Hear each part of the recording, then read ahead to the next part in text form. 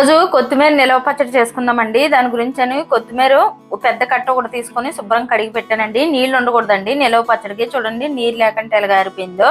దీనికి కావాల్సినవి ఒక స్పూన్ మెంతులు, ఒక స్పూన్ ఆవాలు, ఒక స్పూన్ జీలకర్ర, 50 గ్రాములు చింతపండు అండి. ఈ చింతపండు నానబెట్టాను. ఇంకోండి నానబెట్టాను. ఇప్పుడు దీన్ని ఎలా తయారు చేసుకుందామో చూద్దామండి. కొత్తిమీర పచ్చడి నిలవ పచ్చడి. చింతపండు పొయ్యి మీద పెడతామండి.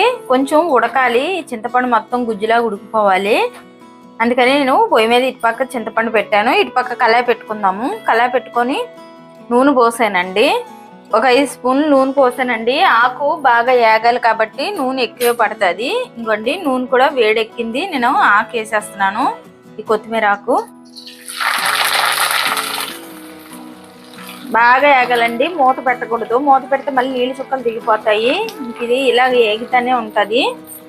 ఇంకోండి ఎక్కడ తడి అయితే మాత్రం ఉండకూడదండి. తడి ఉంటే బాగోదు నిలవ పచ్చడి, బూజు వచ్చేస్తుంది. తడి అయితే ఉండకూడదు. ఇంకోండి కలుపుకుందాం. పైది అడిగి వెళ్ళేలాగా, అడిగి పైకి వచ్చేలాగా ఇలా కలుపుకోవాలండి. ఇంకోండి చూడండి.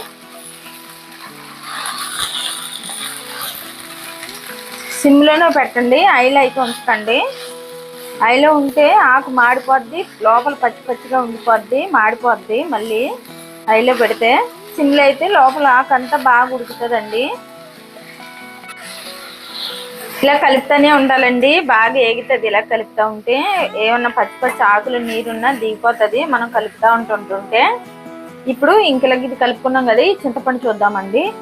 ఇంకోండి చింతపండు కూడా ఉడికిపోవస్తుంది. ఈ నీళ్ళన్నీ దగ్గరికి అయిపోగా మనం స్టవ్ ఆపేసుకోవాలండి చింతపండుకి.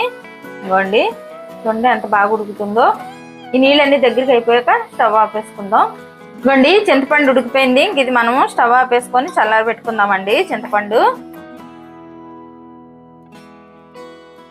కొత్తిమీర కూడా ఏగిపోయిందండి. 2 నిమిషాలు చూడండి ఆయిల్ అంతా ఎలా వదిలేస్తుందో. ఏగిపోయిన తర్వాత ఇలా వదిలేస్తుందండి ఆయిల్. 2 నిమిషాలు అయితే ఇంక ఇది కూడా ఆపేసుకోవచ్చు. ఇంకోండి ఏగిపోయింది. ఇంకా మనం ఇది స్టవ్ ఆపేసుకొని చల్లారి పెట్టుకుందామండి. చల్లారి పెట్టుకొని మెంతులు, జీలకర్ర, ఆవాలు వేపుకుందామండి చల్లారి లోపల. ఇంకోండి మెంతులు, ఆవాలు వేపుకుందాం. దాని గురించి అని కళాయి పొయ్యి మీద పెట్టాను. ఇంకోండి 1 స్పూన్ తీసుకున్నాం కదా, వేసేస్తున్నాను. మెంతులు కూడా వేసేస్తున్నానండి. 1 స్పూన్ తీసుకున్నాక కొంచెం లైట్గా వేపుకుందామండి. ఇంకోండి మెంతులు, ఆవాలు కొంచెం వేగే కదా, ఇప్పుడు జీలకర్ర కూడా వేసేస్తున్నాను. జీలకర్ర కూడా 1 నిమిషం పాటు వేపుకొని స్టవ్ ఆపేసుకుందామండి. ఇంకోండి వేగిపోయి ఇంక ఇది కూడా స్టవ్ ఆపేస్తున్నాను. ఆపేసి ఇవి కూడా చల్లారి పెట్టుకుందామండి. ఇంకోండి చల్లారిపోయింది. మిక్సీ పట్టేసుకుందాం ఇప్పుడు. ఇంకోండి మిక్సీ జార్లో వేస్తున్నాను.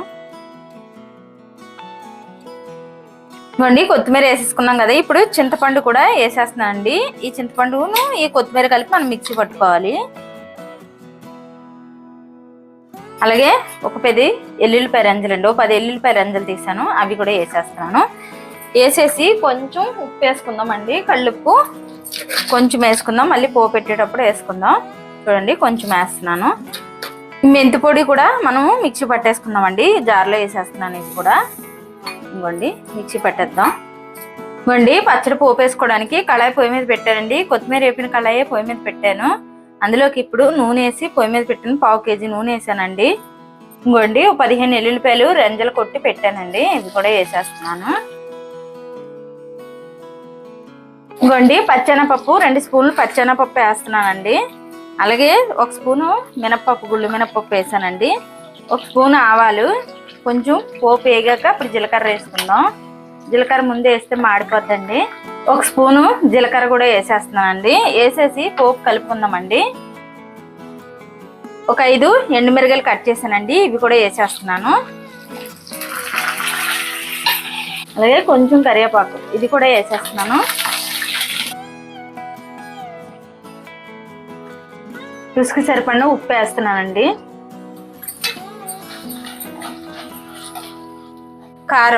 కారం కూడా వేస్తున్నానండి. 2 స్పూన్లు కారం వేస్తున్నానండి. ఇది మొత్తం ఇలా కలిసిలా కలిపేసుకుందాం. ఇంకోండి కలిసిపోయింది కదా, ఇప్పుడు ఇందాక మనం మిక్సీ పట్టుకున్నాం కదండి, ఈ పచ్చడి కూడా ఇందులో వేసేస్తున్నాను.